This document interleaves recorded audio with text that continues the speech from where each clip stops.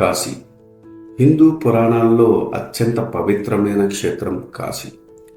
ఈ కాశీ కొన్ని వేల సంవత్సరాల నుంచి ఉంది. ఇదే కాశీ నగరం శ్రీరామ అవతారంలోనూ ఉంది. ఈ కాశీ క్షేత్రం భీష్మ పితామహుడు కాశీరాజపుత్రుని గెలుచుకున్నది ఈ క్షేత్రంలోనే. ఇదే కాశీ రాజా హరిశ్చంద్రను స్వయంగా విశ్వామిత్రుడు పరీక్షించిన ప్రదేశమే. ఇదే కాశీ గౌతమ బుద్ధుడి మొదటి ప్రసంగాన్ని ఇచ్చిన ప్రదేశం. ఇదే కాశీ మహమ్మద్ ఘోరీ చేసిన వినాశనాన్ని చూసింది. మరలా మరాఠా రాజులు చేసిన పునర్నిర్మాణం కూడా చూసింది. కాశీ నగరాన్ని స్వయంగా పరమేశ్వరుడే నిర్మించారని పురాణాలు చెప్తున్నాయి. పార్వతీదేవి పెళ్లి చేసుకున్న తర్వాత స్వయంగా పరమేశ్వరుడు కాశీ నగరాన్ని నిర్మించారట. ఎక్కడికి వెళ్ళనని, ఇక్కడే ఉంటానని చెప్పారట. ఈ రోజుకి కాశీ వెళితే శివుడిని మర్చిపోయి ఉండలేరు. కాశీలోని ప్రతి అడుగు పరమశివుడికి అంకితం. కాశీ ఎందుకు జీవుల మోక్షానికి మార్గం? మరి ఏ చోట ఇలాంటి పవిత్రత ఎందుకు ఉండదు? దీని కనుక ఒక చిన్న కథ ఉంది. ప్రతిసారి విష్ణుమూర్తి వారు కాశీ నగరాన్ని మహాశివుడు తాండవం నుండి కాపాడారు. అప్పుడు ప్రసన్నుడైన శివపార్వతులు ఒక వరాన్ని ప్రసాదించారు. ఎవరైతే ఈ కాశీలో ప్రాణాలు విడుస్తారో వారు మోక్షానికి చేరుకుంటారు. అప్పటి నుండి పూర్వం పెద్దలు కూడా వృద్ధాప్యంలో కాశీయాత్ర చేసేవారు. కాశీయాత్ర అంటే ఇక తిరిగిరారు అని అర్థం ఉండేది. శివుడికి మరో రూపం కూడా ఉంది, అదే భైరవ రూపం. శివుడి ఆజ్ఞ మేరకు కాలభైరవుడు క్షేత్ర ద్వారపాలకుడిగా కాశీ నగరానికి ఉన్నాడు.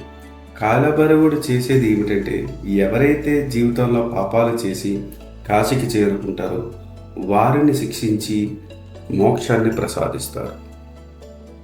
దీని పేరే భైరవ సాధన.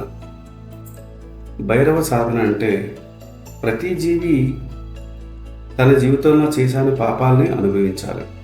అలాంటప్పుడు ఏ పాపి అయినా కాశీకి చేరుకుంటే వాడు మోక్షాన్ని చెందగలడు.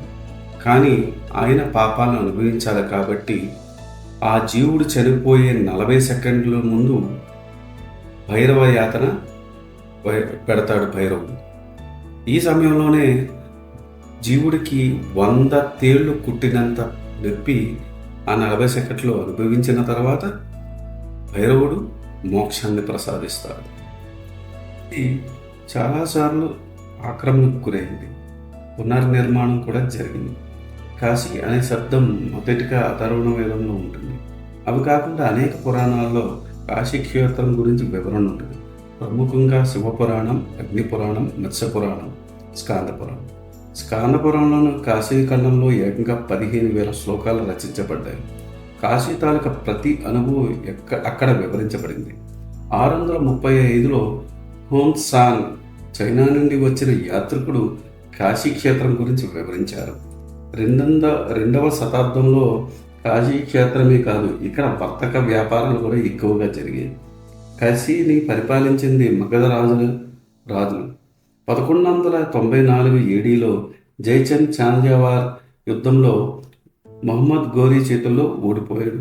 వారణాసి పట్టణాన్ని దోచుకుని ధ్వంసం చేశాడు మహమ్మద్ ఘోరీ. ఆ తర్వాత 16వ శతాబ్దంలో మరో పిచ్చోడు అక్బర్ ఈ నగరాన్ని నిర్మించి ఈ నగరానికి మహమ్మదాబాద్ అనే పేరు మార్చాడు. 1169లో ఔరంగజేబ్ అనే మత పిచ్చోడు కాశీ విశ్వనాథుడి ఆలయాన్ని ధ్వంసం చేసి జ్ఞానవాపి మసీదును నిర్మించాడు. 1770 సిఈలో మరాఠా రాజులు పునర్నిర్మాణం చేశారు. ఈరోజు చూస్తున్న ఘాట్లు అన్నీ కూడా మరాఠా రాజులు నిర్మించినవే. 1780లో మహారాణి అహల్యాబాయి హోల్కర్ ఈ రోజు ఉన్న విశ్వనాథుని ఆలయాన్ని నిర్మించారు. ఇది ఈనాటి టాపిక్. మరింత ఇంట్రెస్టింగ్ టాపిక్స్ కోసం మన హిందూ సనాతన ధర్మాన్ని ఎన్నో రహస్యాలు వెలికి తీసే ప్రయత్నం చేస్తున్నాం. మమ్మల్ని మీ కామెంట్స్ ద్వారా మీ అభిప్రాయాన్ని తెలియజేయండి. మా ఛానల్ సబ్స్క్రైబ్ చేసుకొని బెల్ నోటిఫికేషన్ ఆన్ చేసుకొని పెట్టుకోండి. Thanks for watching. జై సనాతన ధర్మం.